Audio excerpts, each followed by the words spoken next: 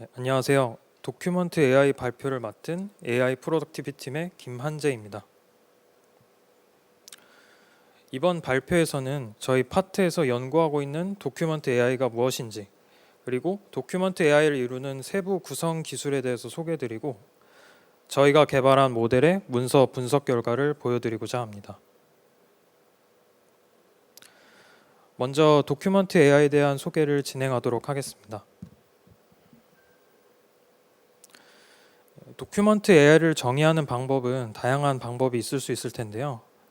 저희 파트에서 생각하는 도큐먼트 AI는 도큐먼트 프로세싱을 통하여 문서 내의 다양한 정보를 취득하고 이를 LLM에 전달하여 사용자의 질의에 맞는 답변을 하는 기술을 의미합니다. 이러한 도큐먼트 AI를 통해서 이용자들이 정보를 찾는 시간을 줄임으로써 사내 생산성 향상에 기여하는 것이 저희 파트의 목표입니다. 이렇게 문제를 정의하고 도큐먼트 AI를 개발했을 때 마주했던 어려움은 바로 사내 문서가 가지는 다양성이었습니다. 사내 문서는 글로만 이루어진 보고서뿐만 아니라 표로 이루어진 인보이스, 그리고 엑셀 시트도 있고요. 발표 자료의 경우에는 이미지와 차트와 같은 그래픽 정보도 많이 포함되어 있습니다. 이러한 비정형 문서를 이해했다는 것은 저는 세 가지를 이해했다고 좀 볼 수가 있는데요. 첫 번째는 문서를 이루고 있는 공통적인 구성 요소가 무엇인지 파악을 해야 하고, 두 번째는 그러한 요소들이 어디에 있는지를 파악해야 하는 것을 의미하며, 마지막으로는 그간의 관계성을 파악해야 한다고 생각했습니다. 특히 문서에는 텍스트 및 이미지 정보가 같이 포함되어 있기 때문에 서로 다른 모달리티 간의 관계 역시 고려해야 된다고 생각했습니다.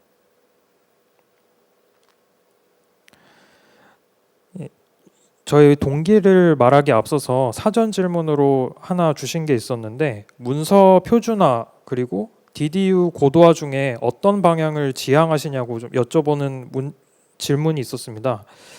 그거에 대해서 답변을 해드리면은 앞서 말씀드린 이유, 그리고 사내 생산성 향상을 목표로 하고 있기 때문에 문서를 강제적으로 표준화시키는 것보다는 이런 다양한 특성을 가지고 있는 문서에 적합한 알고리즘을 개발하는 것이 궁극적인 도큐먼트 AI가 나아가야 할 길이라고 생각을 했기 때문에 저희는 DDU 고도화를 목표로 현재 도큐먼트 AI를 개발하고 있습니다.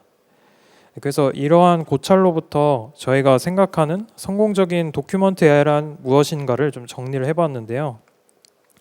첫 번째는 앞서 언급했던 도큐먼트가 가지는 다양한 형태의 데이터별 최적화된 분석 모델이 필요하고, 두 번째는 생산성 향상을 위해 대량의 문서를 빠르게 처리할 수 있는 가벼운 네트워크 모델이 필요하다고 생각했습니다. 마지막으로 효과적인 멀티모달 데이터 검색 및 인터립트 제너레이션을 위한 정보 처리 과정, 즉 청킹 스트레치가 필요하다고 생각을 했습니다. 위 세 가지 목표를 달성하기 위해서 저희는 다음과 같은 엔드-투-엔드 플로우를 구성하였습니다. 도큐먼트가 인풋으로 들어왔을 때 세 가지의 경량화 모델을 통해서 빠른 시간 내에 문서를 팔싱하고, 데이터를 청킹하여 팔싱한 결과들 사이의 관계성을 추론한 후에 리트리버 제너레이션을 통해서 질의응답을 하는 구조입니다. 다음 슬라이드부터 저희가 개발한 팔서 프레임워크에 대해서 설명드리도록 하겠습니다. 팔서는 사내 문서로 등장할 수 있는 여러 형태의 문서 파일 혹은 웹페이지로부터 문단, 표, 이미지, 헤더, 차트 등등 구성 요소로 나누는 기술을 의미합니다. 사전 질문에서 좀 많이 주셨던 질문이 하나의 통합된 VLM을 사용해서도 팔싱을 진행할 수 있을 것 같다고 하셨었는데, 저희도 이 방향에 대해서 많은 고민을 했었는데요. 저희 분석 결과 단 하나의 통합된 VLM 모델을 사용하는 것보다 여러 가지 작은 서브 모듈, 즉 경량화된 모듈을 사용하는 것이 정확도 및 처리 속도 측면에서 좀 더 이득을 가져올 것이라고 판단을 했고, 따라서 저희는 세 가지의 서브 모듈인 OCR, 레이아웃 디텍터, 테이블 레코그나이저를 사용해서 파서 모델을 제작하였습니다. 다음 슬라이드부터는 이 세 가지의 모델에 대해서 하나씩 살펴보도록 하겠습니다. 첫 번째는 OCR인데요. 사내 도큐먼트에서는 한국어, 영어, 중국어 등 다양한 언어가 존재하므로 정확도를 위해 각 언어 형태에 특화된 OCR 모델을 저희는 사용하고 있습니다. 이때 랭귀지 이미지를 어느 OCR 모델에 넣어야 하는지 판단해야 되는데, 이를 위해서 저희는 가벼운 랭귀지 아이덴티파이어를 개발하였습니다.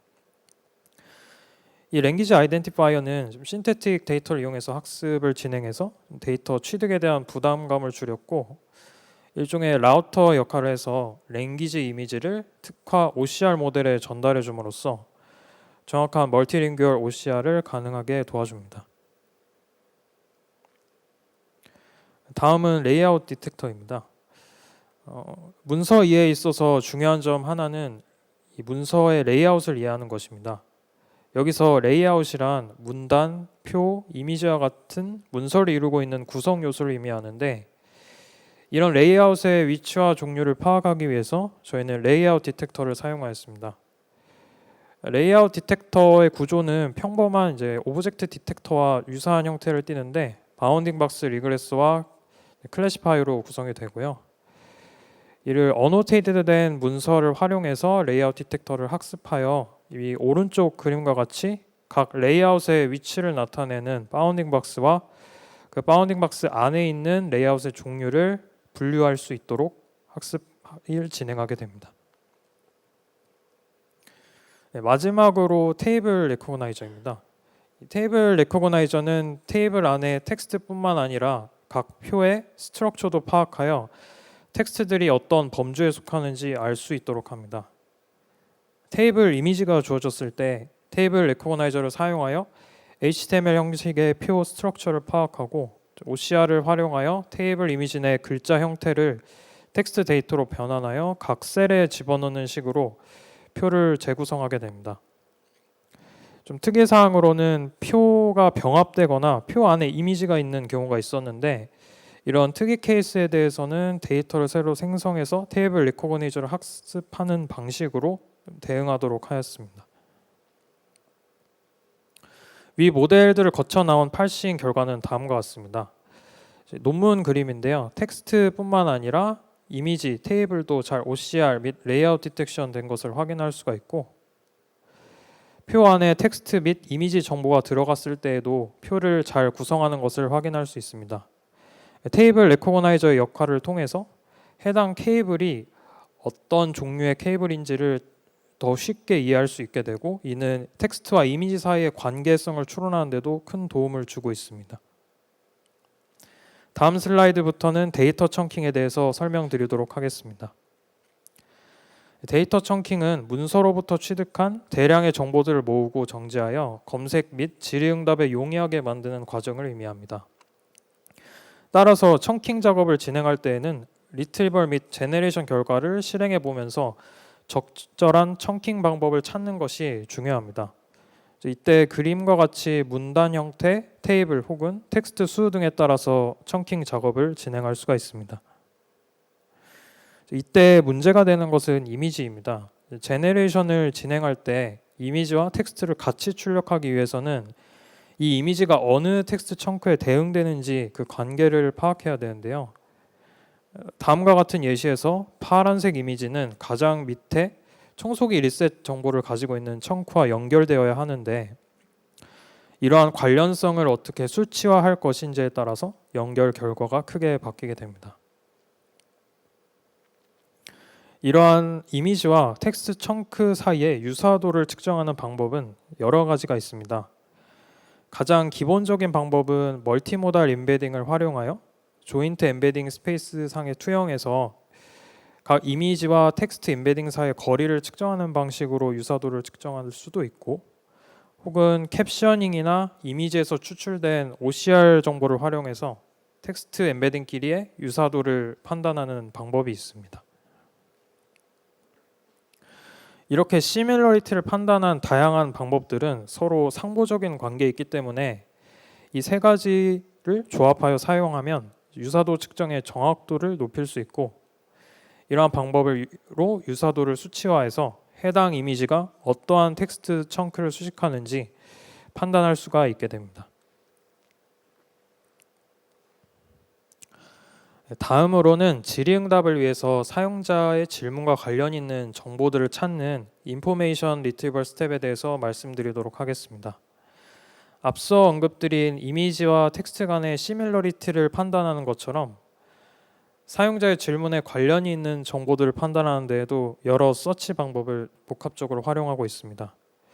그 중에서 많이 쓰이는 방식은 키워드 서치 방식과 엠베딩을 활용한 덴스 서치 방식이 있습니다. 키워드 서치 방법은 특정 키워드가 속한 정보를 정확히 잡아내는 데는 용이하지만 문맥상 의미가 비슷하지만 다른 형태를 가지는 유의어 등을 찾는 데는 불리하며 이를 덴스 서치 방식으로 보완할 수가 있습니다. 이때 이 스코어들을 퓨전하는 방법은 각각 서치 스코어의 웨이트를 곱한 값으로 진행되게 됩니다.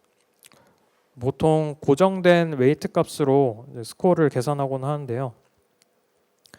저희는 문서의 형태에 따라서 어느 서치 방법에 비중을 두냐가 성능에 큰 영향을 준다는 점을 알게 되었습니다.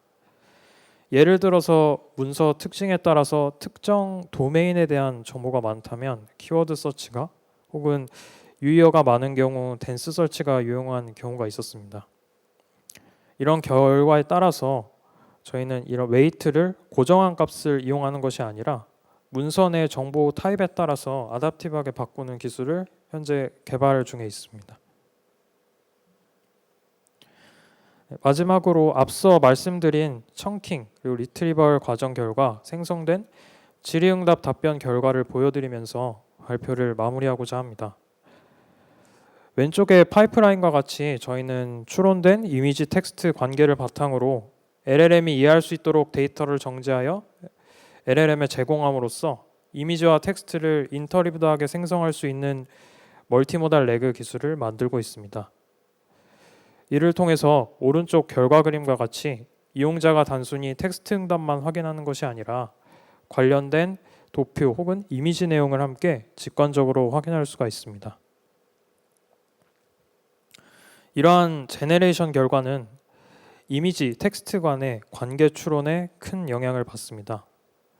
각 절차를 나타내는 텍스트가 설명하고 있는 예시 이미지가 무엇인지 왼쪽 그림과 같이 연결하고 이를 LLM에 전달하여 관련 텍스트를 생성할 때 해당 텍스트와 연결된 이미지도 같이 출력할 수 있게 됩니다. 이를 통해 이용자가 복잡한 문서를 보다 빠르게 검색하고 깊이 있게 분석할 수 있어 사내 생산성 향상에 기여할 것으로 저는 기대하고 있습니다. 이것으로 저의 발표를 마치겠습니다. 감사합니다.